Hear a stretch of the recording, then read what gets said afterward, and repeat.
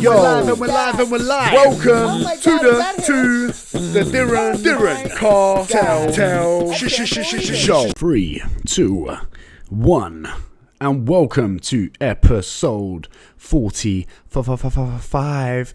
And again, I am on my own, and today is the very, not even last full day. It is exactly 3 hours. I'm 3 hours away from walking out of this room, and I have spent 2 whole weeks in this room on my own, and fucking hell, it's been a mad time. It's been crazy, man. Sorry, I'm just sipping on my coffee as well. I'm just enjoying this last bit of instant coffee. I didn't slurp. I just did then to show you an example. That was stupid. Anyway, instant coffee isn't that bad actually. I mean, I like it. I mean, it's better than Pret coffee, right? You know what's crazy? Like, I think Pret coffee is shit, but I still go and buy it. I don't know why. Their Wi-Fi is pretty good, so it's always handy and easy go to. Anyway, last few hours, fuck, what a ride it's been. I feel a little bit weird. If I'm being honest, a lot's happened in 2 weeks here. I've probably accomplished more in this 2 weeks in this fucking room. Sorry, I keep swearing. I'm in like this weird mixed mad emotion sort of state. I've accomplished more in these 2 weeks than probably over the last few months, like 3-4 months. It's mad how when you're forced to be in a situation, you adapt. You either crumble or you adapt. You know, you adapt, you survive, or the opposite way. And I'd like to think I'm quite disciplined, and I like to think I'm quite strong-minded. Sorry, nearly burped. I did burp. So I think that's why I did good. And to be honest, a lot of people said to me, Diren, you're a really social guy. Like, what? You would not survive in there, Diren. You're so social. Like, everywhere you go, you talk to people. Everywhere you go, you always got interaction with people. You always know someone when you go somewhere because you're so talkative and all of this and all of that. But I think a lot of people didn't realize is I mess around a lot on socials. I mess around in person because I just have a good time, just about good energy, good vibes. But when it comes down to work and when it comes down to like working hard, I do it because number one, I guess I learned that discipline from my mum. My mum is the most disciplined person. My grandparents are very disciplined as well. They pretty much worked and were so active until my granddad passed away. Like, I know my mum's got discipline from my granddad. I know I got my personality from my dad. My dad's disciplined as well when he has to be, but my mum's just discipline level is a whole different level. And I've definitely seen that from my mum, especially when it comes to discipline with something that I love doing, which is why I'm also so thankful to do what I do today. I'm thankful. I feel blessed, but also I'm very aware that I created that for myself, which I think people need to do more often. Anyway, that's a whole different fucking topic. But a lot of people said to me, yeah, you won't survive. And I was like, listen, bruv, don't test me, yeah? You don't have the facilities for that, big man. I have the facilities for that. And I told him, I said, listen, as soon as I get on that flight in the UK, I'm going to fucking take over. I'm like, 2021, I'm just going to hit it hard on the head. I don't care about COVID this, COVID that, yeah? I'm going to do what I can. Well, obviously, if I get COVID, I can't for 2-3 weeks. But anyway, I said I'm going to do what I can. And I feel like I really did. I tried to make the most out of what I could in this room. And I also decided that I'm going to do this once a year. Not exactly lock myself up in a room with no air. What I'm going to do is go somewhere completely on my own. Completely on my own. Sorry, I'm just looking out the window for you guys watching on YouTube, and there's a cat literally hanging from a balcony, and I'm like, the fuck, are you gonna jump? What's going on? Can you just move back so I can not have anxiety? She's gone back in, thank fuck. Or he, I don't know why you assume cats are like girls and dogs are like boys. I don't know, did anyone else think that when they were younger? Maybe just me. Anyway, I achieved a lot in this room, right? I said, and this is what I did. I hit over 140,000 steps in it. Over 140,000 steps. I gained 35,000 followers. That's huge. Over the last year, I gained like 40,000 people on my social media. Not that like it's really important, but with what I do, it's important. If I got more people watching, more people see my my message, you know. So I gained nearly the amount that I did over the last year in 2 weeks in this room. Right? And I told myself, when I go on that flight, I'm going to turn up. And I did. 35,000 new people started following me. I call that ketones. Fuck that bitch up. Not the woman. I'm not talking about the woman. I'm talking about ketones in general, by the way. Before I get done for slander or some shit like that. I got over 1 million views in the videos that I created in here with the social media posts that I did. Way over 1 million, actually. I trained every single day. I told myself I'm going to make sure I stay active to stay sane. And I did that. And it's kept me sane, which is why I believe it's so important everyone listening to this does some level of activity, whether that is training, walking, dancing, playing with their kids.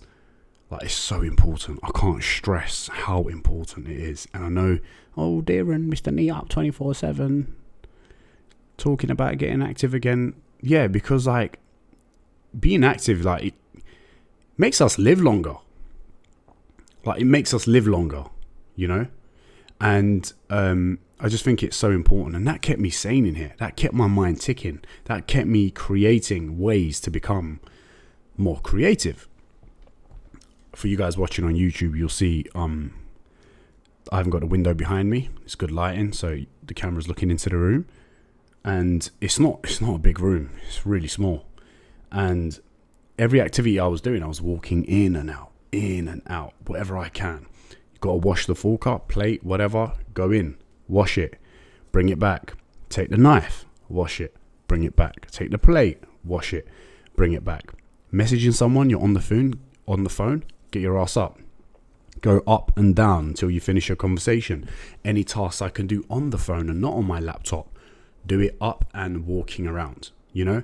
And that made me hit a minimum of 10,000 steps a day. And in total, I got about 150,000. Definitely guarantee over 140,000.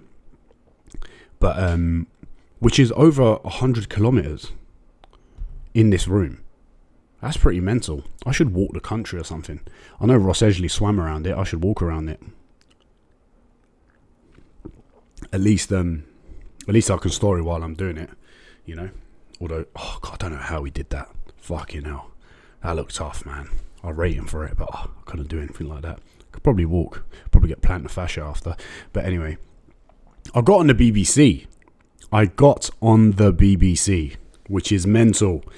And how I got on the BBC was, and this is why it's so important that we give time to whoever we can. So important that you are nice to people. So important that, yes, be selfish, put yourself first, but help people when you can, you know? And I guess being selfish creates that freedom. But I met this guy about 10 years ago in the gym in Oxford Circus when I was working there. He used to come in every day, jump on the treadmill. And he used to be one of those guys that just walk on the treadmill for, 45 minutes, do cardio, go home or whatever. And I used to talk to him all the time. I was intrigued with what he does. He's actually an Australian guy, and he's a journalist, was a journalist for BBC. He just flew out to Australia. He's also doing quarantine down the road, which is mental. He called me, like before this BBC stuff happened. He showed me his room. He had a living room in his room, and his view was the Harbour Bridge. So, lucky bugger, he got really lucky there. But so I spoke to him. He called me, and I used to chat to him a lot. And this is someone I met a long period. Stayed in touch, but kind of stayed in touch. I didn't realize he was so in tune with what I was doing. He called me. He's like, "Hey, Diren, have you heard about these?" Sorry, I know this is random. I'm calling you, but I don't mean to just call you when I need you, but I thought it would be a great opportunity for you and great for BBC. I was like, yeah, what's up? He goes, have you heard these tennis players bitching about their situation and all this stuff? I was like, yeah, kind of. He goes, what do you think? I'm like, well, I don't blame them for wanting to want more space. They're here to compete. It's their life. It's their livelihood, right? So I get it. They're usually so free to have the freedom, and now they don't, and they need to train before their competition. But then again, Australians don't really show any special. They don't show any special treatment to anyone, which is why one of the reasons I love Australia. And they were like, well, no, it's not going to happen. And I guess this is one of those moments where I think later on they organise something where they get like 3-4 hours a day outside to train or something like that. Again, which is fair, but again, it's not. It just depends on the scenario. But he was like, what do you think? I was like, well, to be honest, I mean, they're athletes, they've got coaches, they've got full-time coaches. These are some moments where the coaches have to get creative with their training, so they do well. I mean, you can't really change what's happening, but I said it's also a great excuse to go on to the tournament and smash someone and go, I did 14 days quarantine and I still fucked you up, man. You know, that sort of attitude. He goes, oh, great. He goes, I'd love for you to say this on BBC. And I was like, yeah. I was like, I'll say it, no problem. Well, he didn't say, I'd love to hear you say this. He was just like, would you like to share your opinion? I was like, yeah. He was like, I'm going to forward your name over to the BBC. He did. BBC rang me up, said, hey, Diren, we're going to go live. Would you like to go live on TV in like 2 hours? I was like, yeah, 150%, especially when one of my goals this year was like to do more, to get on TV, right? Which I accomplished there. British TV there, and BBC World. I didn't realize it was such a big deal until the messages I got after I posted about it, which was mental. I couldn't believe the messages. I was like, shit. And then my manager sent me the statistics of how many people watch BBC, and I looked at it and I was like, oh fuck, this was everywhere around the world. This is pretty crazy. You know, it was on BBC News and BBC World. So I was like, oh my days, this is mental. So then I got excited after. With all that excitement, I couldn't sleep. I had a call with my clients like 4 hours after. I couldn't, like, so much adrenaline, I couldn't go to bed. So that happened, which is crazy, you know. And then on top of that, I also got Holly Hagan to come on the episode to talk about all the stuff that happened. Anyone that hasn't listened to that yet, that is the episode before this one. That is episode 44. If you haven't yet, go ahead and listen to that. That was a big episode. She was definitely my biggest guest. And the topic itself alone was so powerful. I mean, I called her out for so many years and she responded, and I was like, do you want to have a talk about it on a podcast? And we did. And she knew she was wrong, and she was brave enough to approach me and reply back to my message. Look, the thing people got to understand is the reason I do what I do, and guys like James and everyone else in the industry, especially when me and James were making those videos, like, we were doing some madness. We've toned it down now because we've grown up, I guess. But we used to do some craziness. And the fact that she replied back to that was brave, very brave. Especially talking with someone like me, where I could have put her on the spot if I wanted. Could have threw her under the bus if I wanted. Be like, okay, so you're training to be a PT now, yeah? So why don't you tell me about this? Like, some cunt would have probably said that. Sorry again. I swore again. Sorry, I got excited. But she trusted me. And she's actually really nice. And hearing it from her side, hearing her side of the story was very insightful. And I get it. I always did kind of get it. But I got it in more depth now. She was like, Diren, I just fully believed it was working. You know, she was like, I didn't know. She goes, yeah, you're right. It was wrong that I shouldn't have influenced people. But I didn't know. And I could tell it was genuine. So that happened as well, which was such a powerful message in itself, you know. And I feel like that's a big game changer. I feel like me having the guts to message her. Because the thing is, a lot of people, right? I message anyone and I'll discuss anything with anyone openly. I don't have the fear of that rejection, you know. So I don't care if someone says, nah, mate. I'll be like, okay, cool, well, whatever, innit? I don't care. Like, doesn't make you a bigger person, or doesn't make me any smaller saying, oh, can you come on my podcast? And someone's like, nah, bruv. I'm like, okay, cool, whatever, I don't care. Like, do you in it. If anything, it's going to benefit you more, because I know everyone that follows me, listens to me, they trust me. And when I have, say, a good opinion on someone, I know like you guys listening will be like, you know what? We trust Diren, so we back Diren up with whatever his opinion is. Maybe not. Maybe not everyone, but I feel like you guys have trusted me, which I love and I appreciate. And anyway, so I asked that and it went really, really, really well. And all of those crazy things happened. And I had such a high for the last 10 to 12 days, 14 days, sorry. Yesterday or the day before, I think it was, I crashed a little bit. Not crashed, but everything was so high. The DMs were non-stop. The following, growing was non-stop. It was unbelievable. The mentions, the likes, the comments, all the good things people were saying to me. And I was just like, fuck, I'm not even doing anything too crazy. I'm just like doing what I would do in my room, but it's just I'm forced that I can't force to stay in the room, which kind of forced me to be more creative, and in my own space, on my own, A lot of the times when people that do things like me, when we join forces, it helps growth a lot. For example, when me and Paul Lima do videos, it helps his growth, it helps my growth. When I do videos with James, it helps his growth, it helps my growth. Because people like seeing us sort of characters together, so it helps. And the way I did that on my own here, I was like, fuck, this is crazy. And there was so many times where I had to pause and I was like, you know what?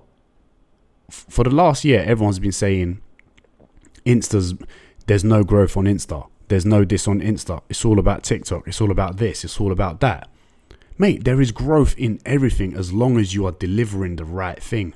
There is growth in everything if you are delivering the right message, if you are positive.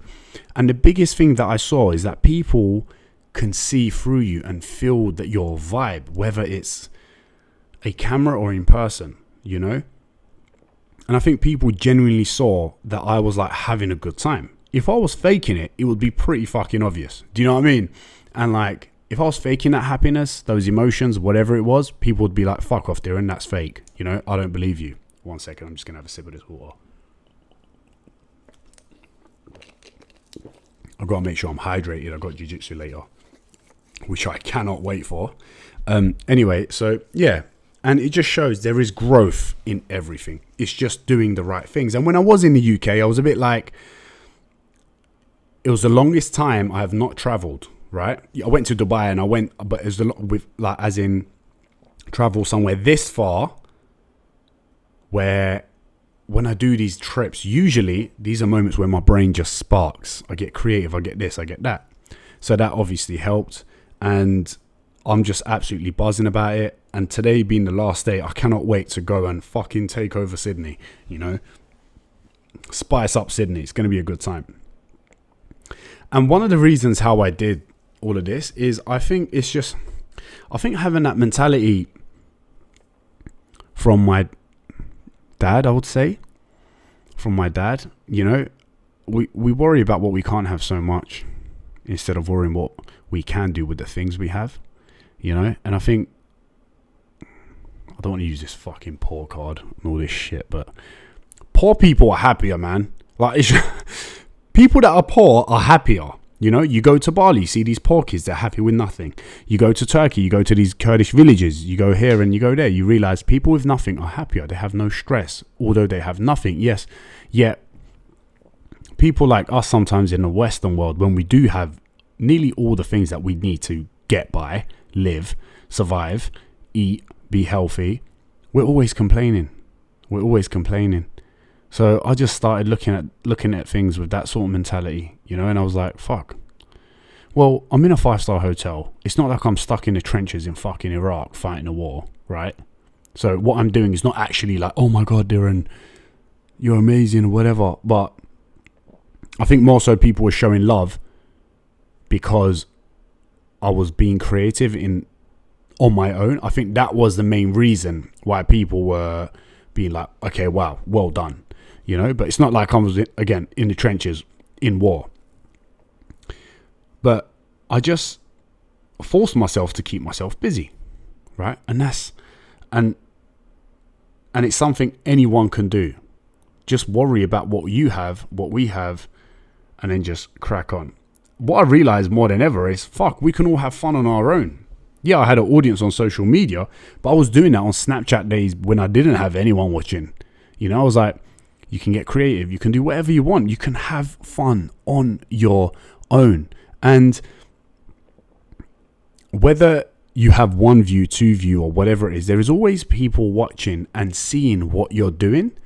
And there will be a day where it's your day, right? And I feel like during quarantine, it was my moment. And I'm just fucking embracing everything, like all of it, you know? And it's just giving me such a push and set standards for me to keep punching high, you know? And you guys need to have the same mentality, whether you're doing a diet, whether you've tried 50 diets, whether you've attempted to create a business, whether you've attempted to create 6 businesses, whether you're working and you put extra hours and you think your boss doesn't see.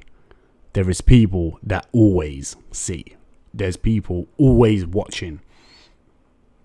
And if you stick with that mentality, if you stick with that discipline, there is no doubt that one day it's going to be your day where you're like, yes, today is my fucking day and I'm going to embrace all of that shit. Hence why it's so important for us to always push and do the best to our ability, you know? Not get disheartened when people don't see. Don't feel, even when you feel like people don't care, there's always people watching, always, you know? I think that's something that I've noticed, something my dad told me when I was younger. When I said, all the times I went to football trials, I went to so many football trials when I was younger, got disheartened so many times, cried so many times because I couldn't get into the football clubs when I was like 15, 16. Felt like I was shit. I kept trying. People kept saying no. I kept trying. And you know what? I'm so glad it didn't happen because now I do this. And the work rate that I put in then plays a big part in the sort of mentality I have now, which is why I'm always like to people, if you tried a diet, it hasn't worked yet, you've tried 40 diets, keep going. You will find the one that works. Eventually something's going to click, you know? And I think it's just really important to solve that, push for that, you know? I think people, us in general, we need to look at more solving problems than making them more complex. And I guess this is another example of that. Like, how am I going to solve the fact? How am I going to keep myself busy in here? There's a problem. The problem is I'm here on a tour. I've come here for James's book tour. The problem is quarantine. The problem is, which by the way, they didn't expect me. Management was like, Diren, I don't expect you to do quarantine. So if you don't want to go, that's fine. I'm like, fuck, I'm going, mate. I'm going. Said, what is that? It's just another problem that we can solve. You know? And solving the problem, me being here, staying sane. And what I've realized people do is, really smart people, is just they simplify problems instead of making them more complex and get them done. And I think that's one mentality that we just have to get better at, you know? I think there's a saying, like simple like really smart people will simplify something, and people that are not as smart or not as minded like that usually overcomplicate an issue, when really most situations are quite simple. It's just tackling it with the right mentality and just holding off for a second and solve the problem instead of make it more complex. I hope that came across right and I didn't come across as a prick. You know, don't get me wrong, there's a lot of times where I fucking overcomplicate things because I might stressed out about something. Could be something that I really care about, which I used to do with football a lot. But now I've just kind of like, fuck it. If it works, it works. If it doesn't, it doesn't. You move on and you do what you can. And everyone's like, you're positive. I don't think I'm positive. I just keep myself busy. I think positivity is important, but keeping busier is more important. And I think when you're busy, you're more yourself. When you have too much time to think, it can create unnecessary scenarios that you never even thought of. I mean, who's had that? You must have had that moment where you've had so much time to think and you're creating scenarios. You're creating scenarios and you're even creating fights with people, you know? I've done it before where I've created a fucking fight. Not created a fight, but like, I don't know, say you're seeing someone, dating someone, you're like, hey, who the fuck is that? Or how do you know that person? Do you know what I mean? Like, just creating random shit in your head that you know that didn't even happen. You're just creating dumb shit. But yeah, so it's just important to stay busy. I wrote some notes here. Someone asked me, was it tough? There was moments where, I'm not gonna lie, it was fine. I'm not gonna fucking lie. Nah, everyone's gonna be like, Diren, why are you always so upbeat? I don't care. It was fucking fine. I had a great time. It was great. It wasn't tough. It's tough if you make it tough. It's plain and simple. It wasn't tough at all. You know, the only tough thing I would say is I can't wait to get fresh air. Other than that, it was fine. It was fine. And I actually don't even know how I'm going to feel when I get out. That's I'm really intrigued about that. I'm so intrigued I don't know how I'm going to feel. Some of the nurses told me, the nurses call you every day. Funny enough, one of them, couple of them actually, when they called me, they asked me how I am and stuff. Then they went, just a heads up there, and I've been following you on Instagram for a few years. I know you look great on the stories, but I just really want to make sure you're okay. And I'm like, yeah, I'm okay. Thanks for asking, which was pretty fucking cool. And then one of the other nurses that done my last COVID test, when I opened the door, she was a little bit nervous, and I was like, what's going on? She's like, I've been following you for years, and she was doing my test. That was pretty funny. And she's like, you've been keeping everyone entertained. And I'm like, oh fuck, this is so amazing. Like, the hotel and everyone here was so nice to me. They brought me champagne and everything on my last night, which I was actually buzzing about. I wasn't going to drink. That was the only time I drank. Had 2 drinks. I got smashed on my own in the bath doing a live Q&A on Instagram. That was fun. But I don't know how I'm going to feel when I get out. It's weird. Lucy Law told me when she was in here, she was like, when they told me you have to leave, she was like, I wasn't fully ready. I now know what she means. I'm ready, but I don't know if I am, if that makes sense. I don't know what to expect outside. Like, you know, in London, everyone's still like, elbows, no shaking hands, no contact, all of that stuff. Here, apparently it's pretty normal. So someone's going to come to give me a hug or shake my hand and I'll be like, whoa, big man, back up. So see how that goes. But other than that, I'm actually really, really, really excited to go jiu-jitsu, train, and have a little bit of normality and share that with everyone. The most thing I'm excited for is to hang out with James again. I can't wait to hang out with James, because me and him have these moments off social media, times where we don't story and all that stuff, where we have like really cool conversations of just friends, you know. And it's nice. You go for a walk, you have this conversation, deep, meaningful conversation that is not forced. You know, you don't just get there, let's go for a walk and have a deep and meaningful conversation. Like, it's nothing like that. It's just, you go off for a walk, you leave your phones, and conversations just start flowing, and you catch up, and because all of these things happen that we experience together, so it's cool to like catch up. And so haven't been able to do that over the last, it's nearly a year since I've seen him, so it's pretty mental. No matter how many calls you do on Zoom, FaceTime, it's never the same. It's never the same.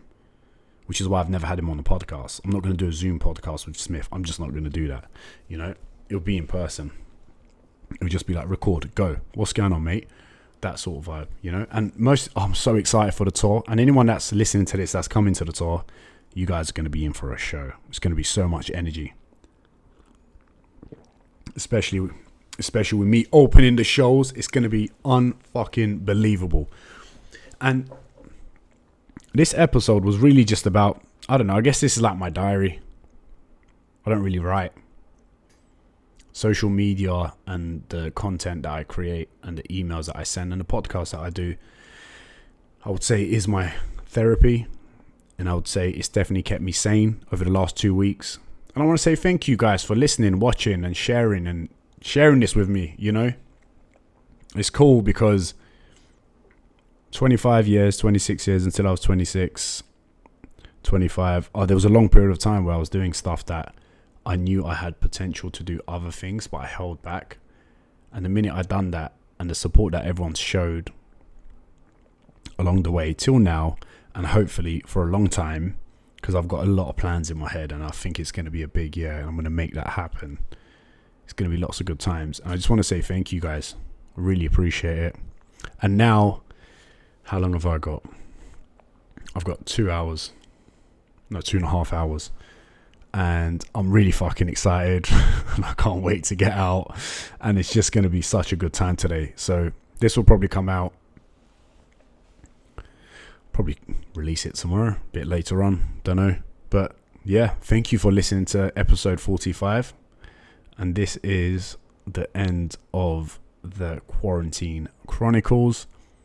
And the next episode of the podcast, it will be either with James, with Sunny, or someone else from Sydney, or just on my own. So make sure you listen out for that.